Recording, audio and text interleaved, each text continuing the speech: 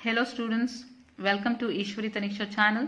This is Ishwari ma'am and today we will be studying the concepts in the first chapter of chemistry, that is some basic concepts of chemistry. So in the previous videos we have already studied the nature of matter. So if you have not watched, you can watch those videos. The link will be given in the description. So in this video we will be studying about the SI units. So let's start the video. Properties of matter and their measurement. Every substance has unique or characteristic properties. These properties can be classified into physical properties and chemical properties. So here see students, every substance has unique property. So unique property meaning is, suppose if I take diamond. So diamond has a property of it is very sharp. So you can cut any substance using diamond, isn't it? It is the hardest substance. If you take gold, gold shines. It has the shining property. So like that, if you take any substance, they have their own characteristic properties. So now these properties can be classified into two types. The first type is physical property and second type is chemical properties. So let's see what is the difference between physical and chemical property. So here physical properties can be measured or observed without changing the identity or a composition of the substance. So under physical property, what you can do is you can observe them carefully and find out find what substance it is. Okay, suppose if I take salt. Okay, so by observing the color, you know that many salts are there which is having a characteristic color. Suppose if I take some copper sulfate crystals, it will be blue in color. So I can observe the color and say what is the composition of that salt, copper sulfate. Okay, like that. Without changing the identity or the composition of the substance, we can measure the property of those substances. That is, no need to do any chemical operations on that. Okay, example: color, odor, melting point, boiling point, density, etc. Even the length. Suppose if I want to measure the length of anything, or if I want to know the mass of a substance. Okay, some crystals are given to you, salt is given to you, and I'll ask you to find out what is the mass of the substance. So for that, you will not go to the lab and do all the experiments, isn't it? What you will do, you will take the substance, you will go to the chemical balance and you will measure it. Okay, and then you will see it is 1 gram, 2 gram or 3 grams. Okay, that is, mass can be measured directly without changing the chemical composition. No need to do any chemical reaction on that. So that is the meaning of physical property. Okay, and then coming to chemical properties, the measurement or observation of a chemical property require a chemical change to occur. So here you need to do chemical reactions, only then we know the property of that. Suppose if carbon is given to you, okay, and then if I ask you what is the product obtained when you react carbon with oxygen. Okay, you cannot see that and tell me, observe and tell me what will happen. You have to do chemical reaction, isn't it? Carbon you should combine with oxygen and then only you will come to know that carbon dioxide is being formed. So their chemical reaction will take place. Or suppose I'll give you zinc metal. Zinc metal is given to you and I will ask what is the product obtained when you react with the acid. So maybe sulfuric acid, H2SO4. I'll ask you what is the product obtained. So by seeing two substances, that is zinc and acid, we cannot say, isn't it, what is the reaction happening. So in the lab you need to perform the reaction. So only then you will know that, you will say that zinc sulfate and hydrogen gas is being liberated. So this will take place only in the lab. You can do and show it. Okay, this is what is happening. So for a chemical property, you need to do the reaction and identify. So here example is acidity, basicity, combustibility. So combustibility, you know that burning the substance in the presence of oxygen. Okay, so carbon, if you take, you should burn with oxygen, you will be getting carbon dioxide. So all this you have to do some chemical reaction in order to find out the property. Okay, coming to measurement. Okay, how do we measure a substance? Any quantitative observation or measurement is represented by a number and followed by the units in which it is being measured. So if you want to measure any substance, suppose a wooden piece is given to you and you will measure and find out it is 6 meter.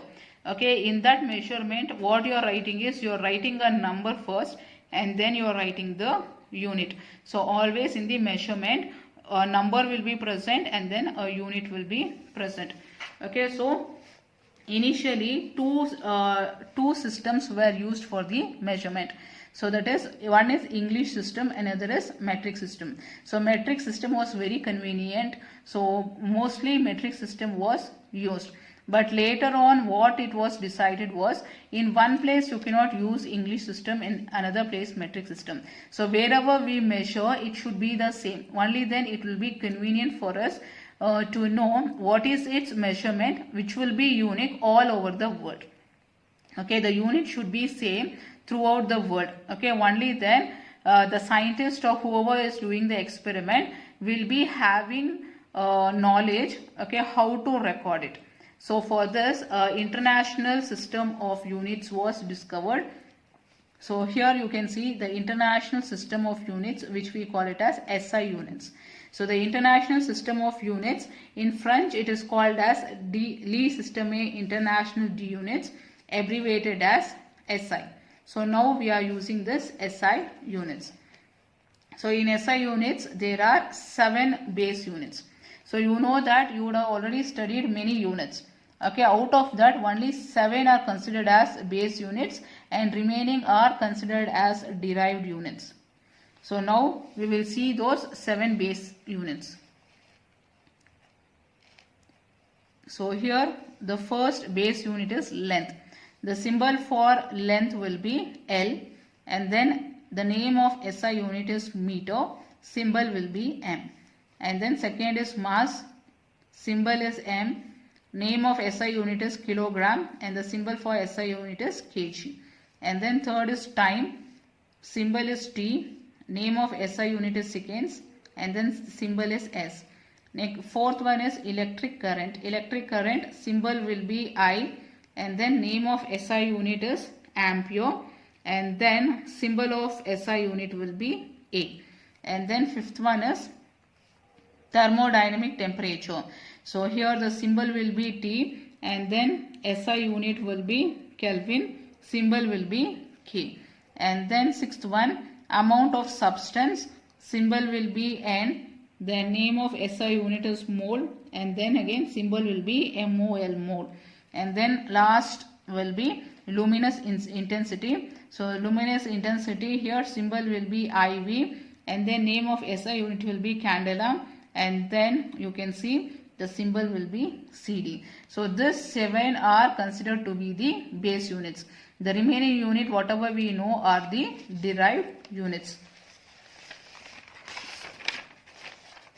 So next we will see what is the difference between mass and the weight. So mass and the weight. So most of the time we get confused with mass and weight. We think that both are same. So most of the time we think that both mass and weight are same, but why we are using two different terms for it, isn't it? So but mass and weight are two different things. So let us see what is the difference between mass and weight. So the first difference is, it is the amount of matter present in it. So amount of matter meaning is amount of substance or particles present in a system or in a substance, we call it as mass. And here it is the force exerted by the gravity on an object. So if you consider any object, in that you see the amount of substance present or amount of matter present, we call it as mass. So same object, you may in that amount of substance will be present, but the force exerted on the object will be different in different places. Meaning is, suppose I will take a stone. Okay, I'll take a stone. I will measure what is the mass of this stone on earth. So mass of the stones, if I measure on earth, it will be 10 grams. Okay, this is the mass of the stone. Okay, now I will see what is the weight of this stone. So weight of the stone is different from the mass. It is the force exerted by gravity on the stone. So now I'll take the weight. So weight of the stone is different. So maybe I will take it as 20 grams. It is an example. On the earth, the weight of the stone is 20 grams. So this is earth, E-A-R-T-H. On earth, the weight of the stone is 20 grams. Same stone, I will take it to moon. Okay, this is on the moon. Okay, on the moon, I will observe what is the weight of the stone. On the moon, if I observe, it will be completely different because the force of gravity is different on the moon. So here it can be something else. It may be 7 grams. Okay, example it is. So it will be 20 grams on the earth. The weight is 20 grams on earth. On moon it is 7 grams. Same thing if I take and measure in another place, maybe Mars or Jupiter. This is Mars. On the Mars, if I observe, the weight will be different because the gravity is different over there. So different places, the gravity is different. The force of gravity is different. Therefore, weight will be different. Okay, whereas mass will not change. So I will take this stone and I will see the mass of the stone on the earth. So on the earth, if I observe, it will be 10 grams. On the moon, if I see the mass, it will be 10 grams. On the Mars, if I see, it will be 10 grams. Whichever places you observe the mass will remain the same. Okay, the weight is going to change because it is depending on the gravity. So here, second point, mass of a substance is constant. So whichever place you observe, it will be the same. Weight may vary from one place to another. SI unit is kg for mass, and then SI unit is Newton for weight. Now we will see derived units. So derived units, first example is volume.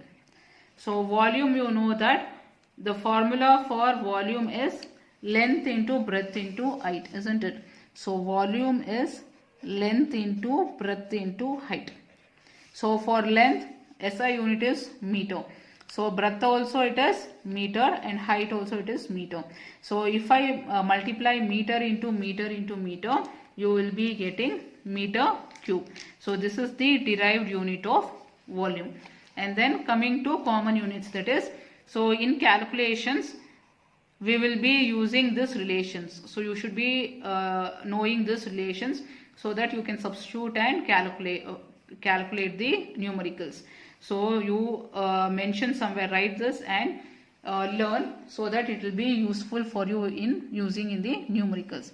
1 liter is equal to 1000 ml.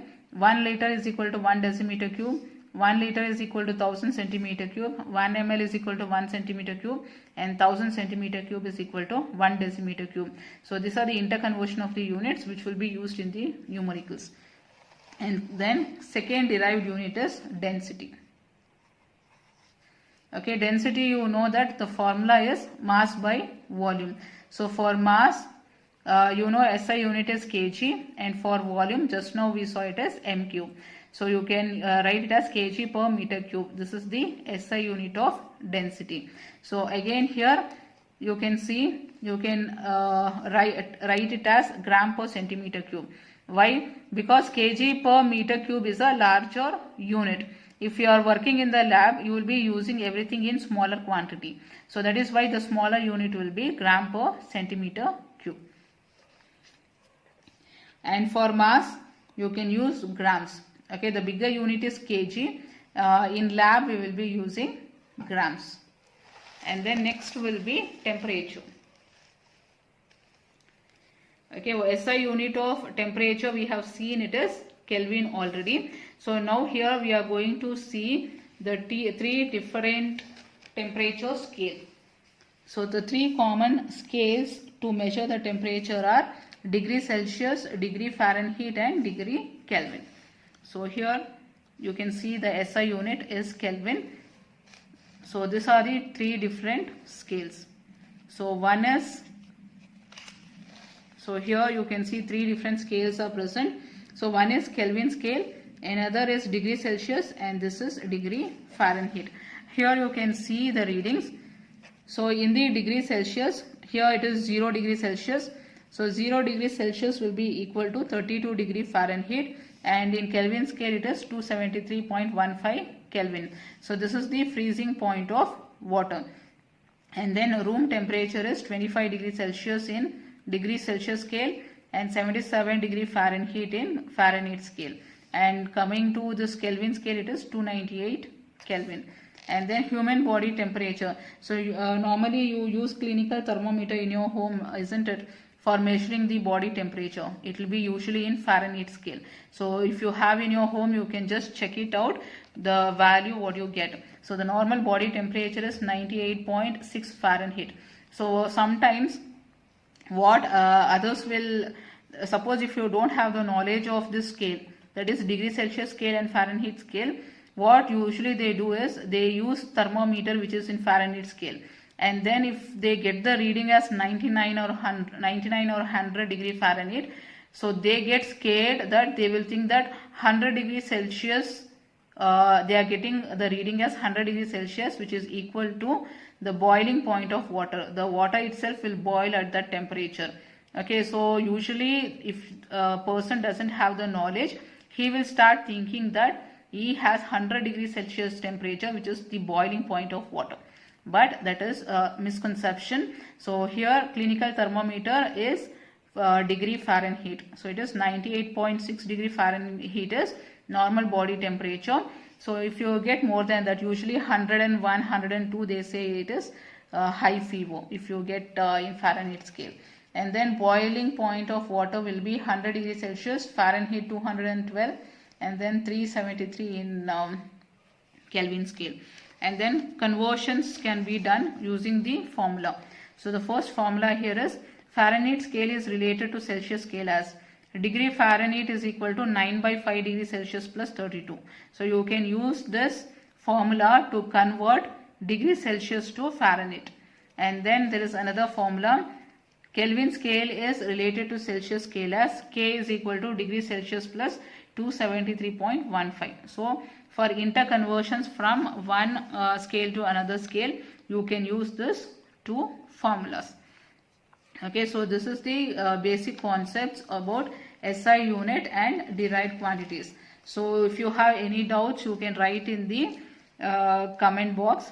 And this is the end of the video. Students, if you like the video, you can share with your friends and subscribe the channel.